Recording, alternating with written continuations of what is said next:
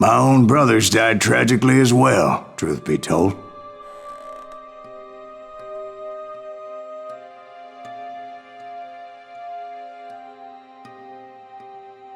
It was 1868, and me and my older brothers were pulling a tidy profit running cattle into Juarez, Mexico.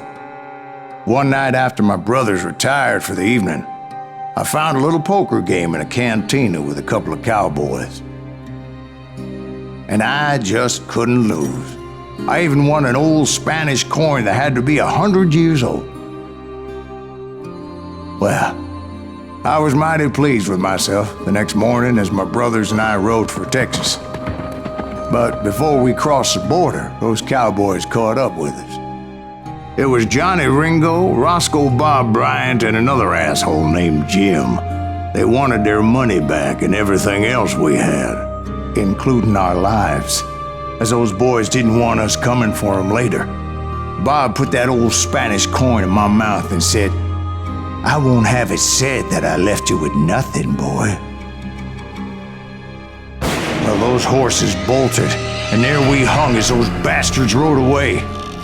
The branch finally snapped under the weight of the three of us, but being my older brothers were bigger and heavier, they were already dead. And right then I swore to myself that I would avenge them. Ringo you know about. But Bob eluded me, until I heard he was riding with the Wild Bunch.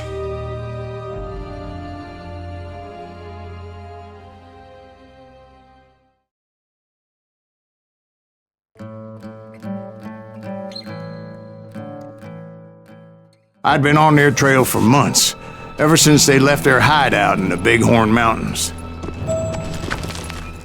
Led by Butch Cassidy, they were a loose association of outlaws who robbed banks and trains from Colorado to Montana.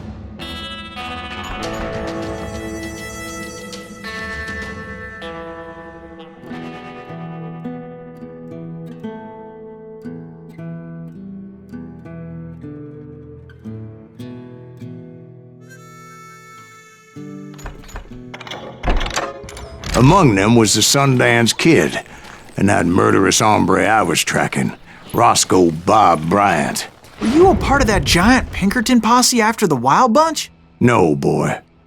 A circus like that would have slowed me down. Besides, I wanted Bryant all to myself. I'd heard about a large shipment of gold being transported to Wilcox, Wyoming on the Overland Flyer. I figured the Wild Bunch would likely hit such a treasure, and by God, I figured right. They blew the bridge with the intention of forcing the train to stop.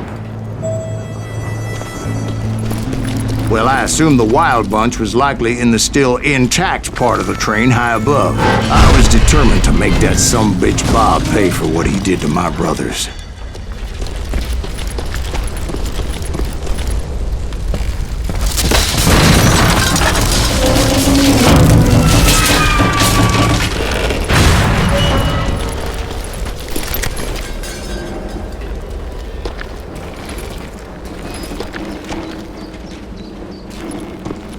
My ears are still ringing from blowing up that bridge. What'd you say? Well, I made my way off unscathed and came upon a few members of the gang and had no choice but to dispatch them.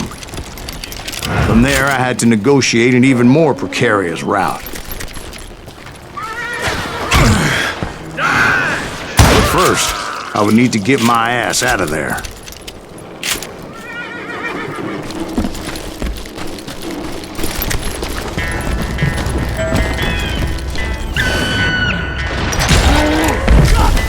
I jumped from the frying pan into the fire as the train was clearly fixing to fall. I had found the gang, but in order to find old Bob, I needed to fight my way forward past a whole passel of desperados.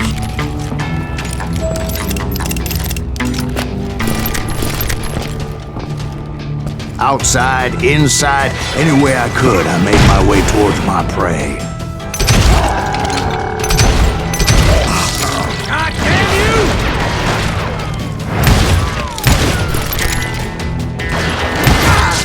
Well, what about the passengers?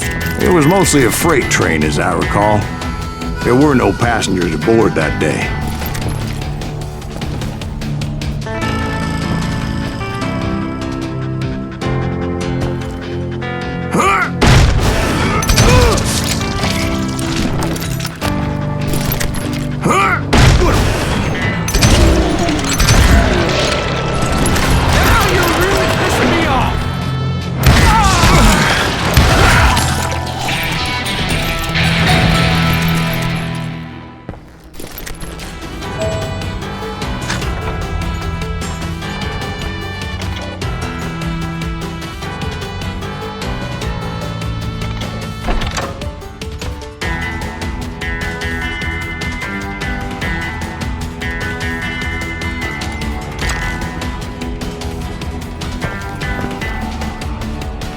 As I mentioned before, I am not fond of heights, but I was too busy dodging bullets to worry about falling to my death.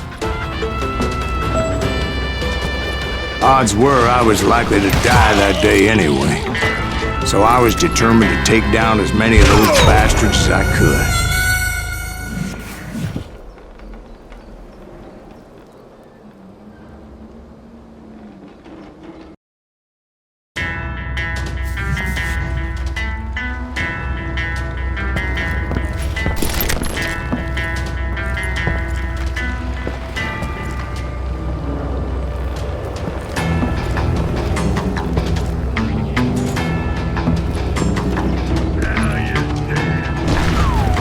It was like shooting ducks in a shooting gallery. The only difference is these damn ducks shot back.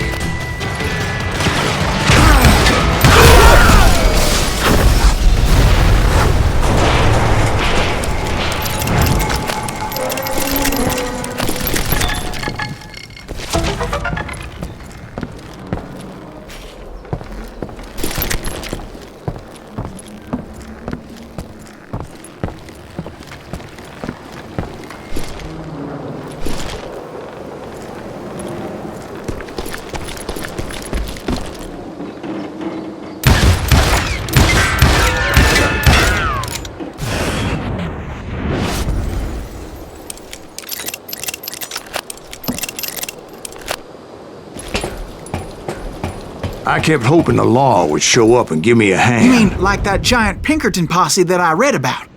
Did they come riding in, guns a-blazing to help?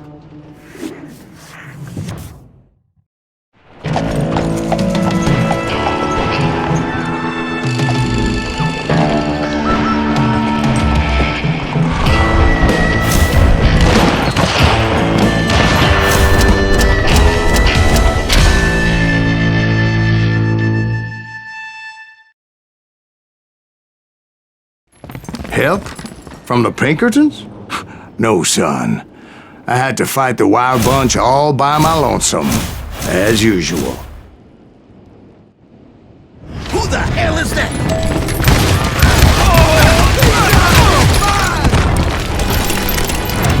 Got cover! Retreat! Retreat! He's killing everybody! He'll kill us all!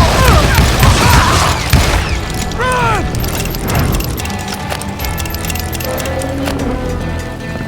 Death is good!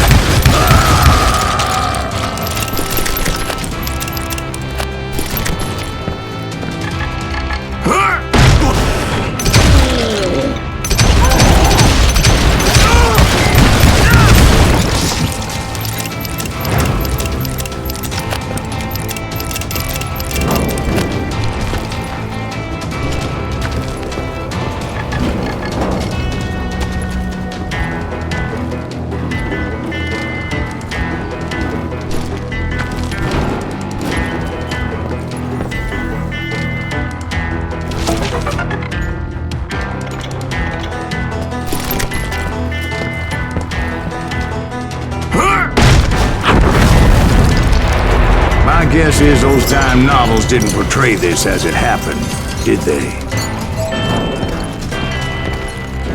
Only a few stragglers were left, and I had to cut them down pronto if I was going to stay on old Bob's trail.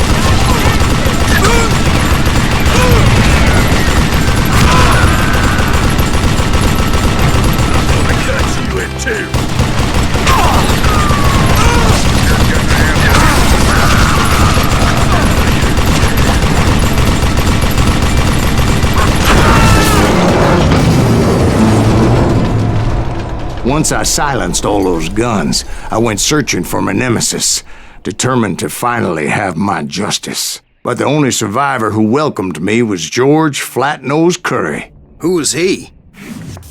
The fastest gun in the gang. Right after Sundance, I mean. And Kid Curry, and maybe Elsie Lay. Though some folks might dispute that.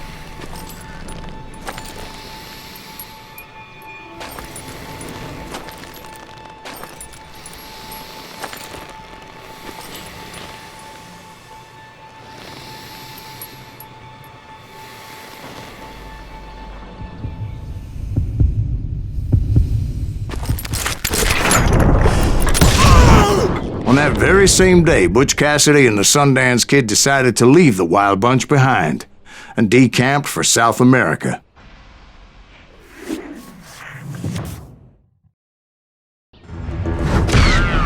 They ended up living down there for many years, but I'm sure you already know all about that.